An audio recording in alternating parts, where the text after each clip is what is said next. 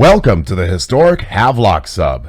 This was once operated by Via Rail between Toronto and Havelock. That was up until 1990. Now it's a short line used by Canadian Pacific. The only two trains that operate on this line are CP T08 and T07. Both are locals. We'll be chasing T07 from Claremont to Box Grove. The Havelock sub is indeed a major pain to film, that being because there's only one train per day. Our first stop is mile 166, Brock Road, Claremont Bypass. Now this crossing has not been changed a lot. It's been like this since 2014. The only thing they really did, recently they replaced the General Signals Type 2 E-Bell, obviously, with the Western Cullen Hayes Type 4. The Havelock sub has multiple restrictions. They can only go 10 miles an hour, or 16 kilometers an hour. 6-axle rail cars are prohibited because of bad rails. Therefore, the only type of power you're going to see here, Jeeps. At just about 7:30 p.m., CP T07 came right around the corner. This was taken yesterday, a Friday evening. Train times vary between when T07 leaves Havelock and how many spurs it'll be working. T07 can have as many as 5 Jeeps, but today it only had 3 GP20C Ecos. At least that's what they wanted to call these things at EMD, because I've seen these things smoking like Alcos. 2322 was leading, 2264 was behind that, and 2242 trailing third. The Havelock sub is usually all grain, and that's exactly what T07 had today. Only 31 cars as a matter of fact, and part of the load was coming from Peterborough's Quaker Oats plant.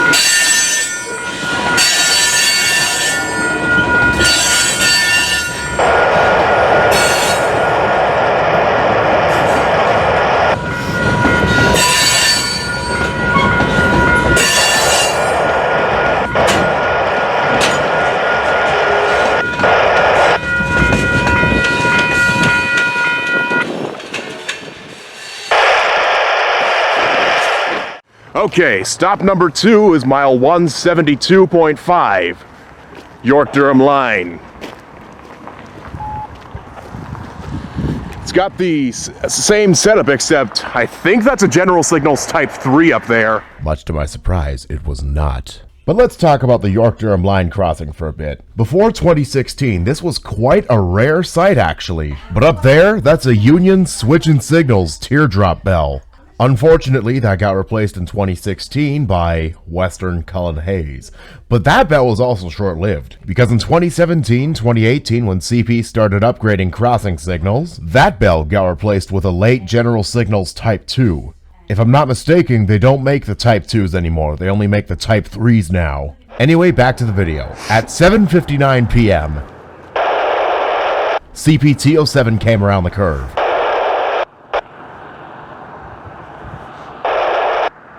Remember how I said this crossing has a General Signals Type 2? This bell sounds very similar to the bell at Leach Road in Zephyr.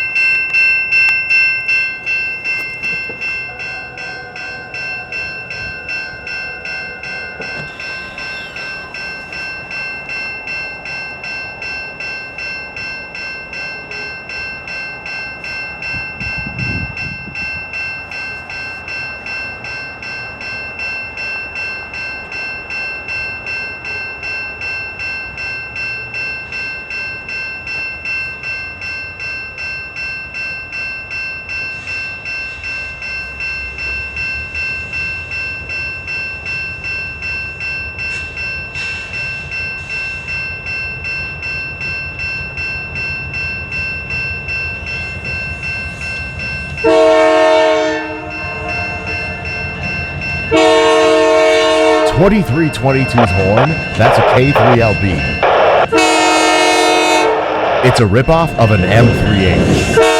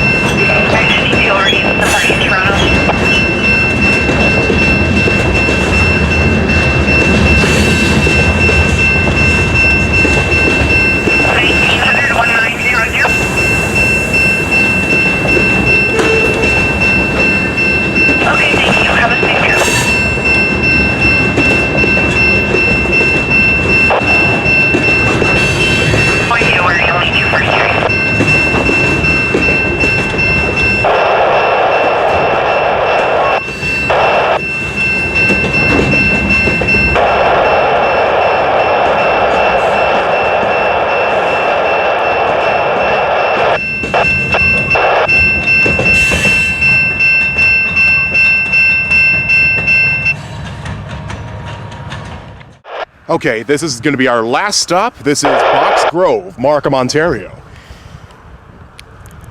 This is one of the few gated crossings on the Havelock sub, as a matter of fact. It's got all Western Cullen Hayes.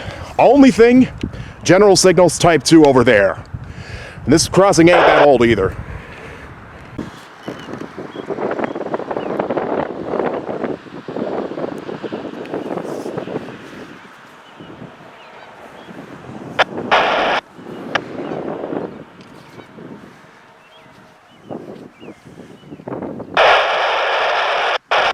When we got to 14th Avenue East, T07 was already approaching Reesor Road. You could very faintly hear 2322's K3LB. And while I was waiting for the crossing to activate, the camera would not keep focus.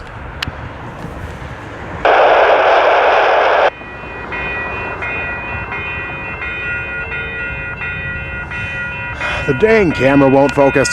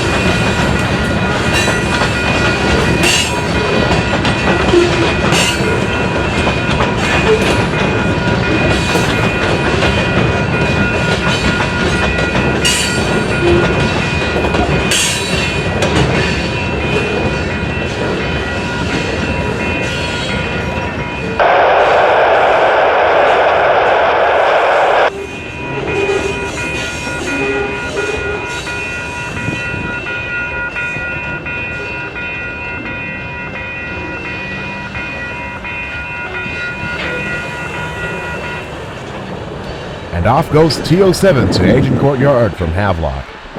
T08 goes the opposite direction. Before we wrap up the video, let's talk about this crossing for a bit. This is mile 175.77. This crossing is located at the intersection of 14th Avenue and Donald Cousins Parkway. This crossing opened in 2014 along with Donald Cousins Parkway itself. If you look closely, you can see a straight line. That used to be 14th Avenue until Donald Cousins Parkway. This one side of the crossing in particular has changed the most. As you can see, it has all Western Cullen Hayes and a General Signals Type 2. On the other side, it's 3 lanes, and that has a Western Cullen Hayes e-bell. The most notable change here, in late 2020, early 2021, the Western Cullen Hayes gate mechanism was replaced with a Siemens gate mechanism. Well, that's going to do it for this video. I bet you know what I'm about to say. You don't want to miss a moment. Hit the subscribe button if you like my content. That being said, see you in the next video. Bye now.